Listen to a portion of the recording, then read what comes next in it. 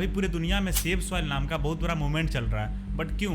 Save water, save electricity, save trees, ये सब तो पहले से सुन चुके हैं। यहाँ तक कि save girl child, save money, ये भी सुने हुए हैं, बट सेव सॉइल क्यों? हर जगह तो मिट्टी है, यहाँ तक कि पूरे धरती के 30% में तो लैंड ही है, तो फिर सॉइल को बचाना क्यों है? तो इस वीडियो में इसी के बारे में जानेंगे। जितना इंपोर्टेंट सेव वाटर और सेव ट्रीज है, उतना ही या उससे एक लेवल ज्यादा ही इंपोर्टेंट है सेव सॉइल। तो चलिए देखते हैं।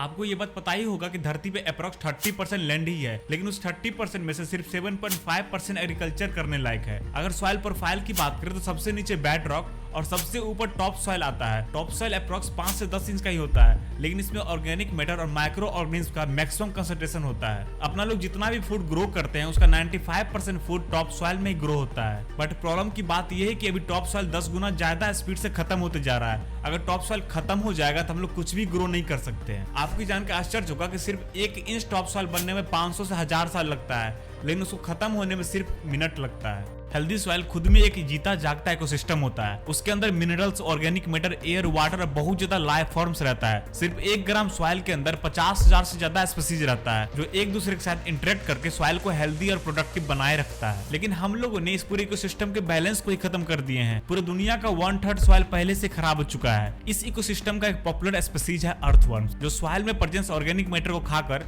प्लांट के लायक न्यूट्रिएंट्स में कन्वर्ट करता है, और वो अपने मूवमेंट से सॉइल को और ज्यादा वाटर एब्जॉर्बिंग बनाता है। आपको जानकर आश्चर्य होगा कि 1 साल में 1 एकड़ में अर्थवर्म्स लगभग 15,000 किलो मिट्टी के अंदर प्रेजेंट ऑर्गेनिक मैटर को न्यूट्रिएंट्स में कन्वर्ट कर देता है। लेकिन बदलते क्लाइमेट चेंज में जो टेम्परेचर बढ़ रहा है, उसकी वजह से सारे वर्म्स खत्म होते जा रहे हैं। यहाँ तक तो एक बात हो गया कि सॉइल से हम लोग फूड ग्रो करते हैं, लेकिन फूड के साथ साथ सॉइल के हेल्प से मैक्सिमम एंटीबायोटिक्स बनाया जाता है, और जैसे skin cream, tuberculosis drugs, anti tumour drugs, इसमें भी सॉइल का यूज होता है। सॉइल से ही प्लांट्स जिंदा है, जिससे हमें ऑक्सीजन मिल पाता है। सॉइल ही वाटर प्यूरिफिकेशन करता है, जिससे हम लोग पानी पी पाते हैं। इसका मतलब ये हुआ कि सॉइल के हेल्प से हम लोग खाना खाते हैं, पानी पीते हैं, सांस लेते हैं, और यहाँ तक कि मेडिसिन भी बनाते हैं। So we have to save soil. चलो ठीक है, यहाँ तक तो हम लोग जान लिए कि सॉइल हम लोग के लिए बहुत जरूरी है, बट उसको बचाएं कैसे, अब ये जान लेते हैं। हम लोग बचपन से ही पढ़ते आए सॉइल कंजर्वेशन के बारे में कि प्लांट्स ग्रो करो, क्रॉप रोटेशन करो।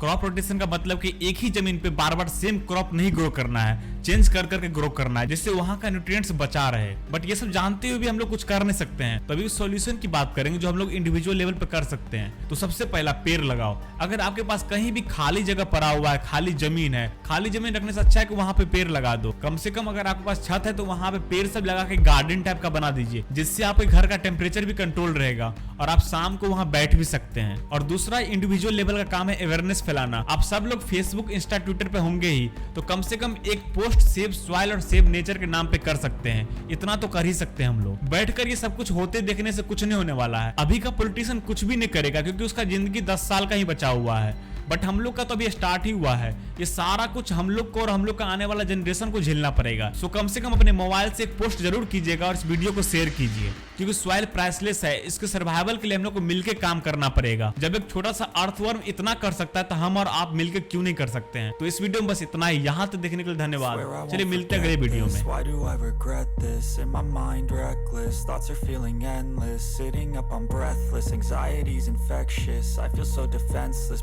And embarrassed, I hate being open, I hate being broke.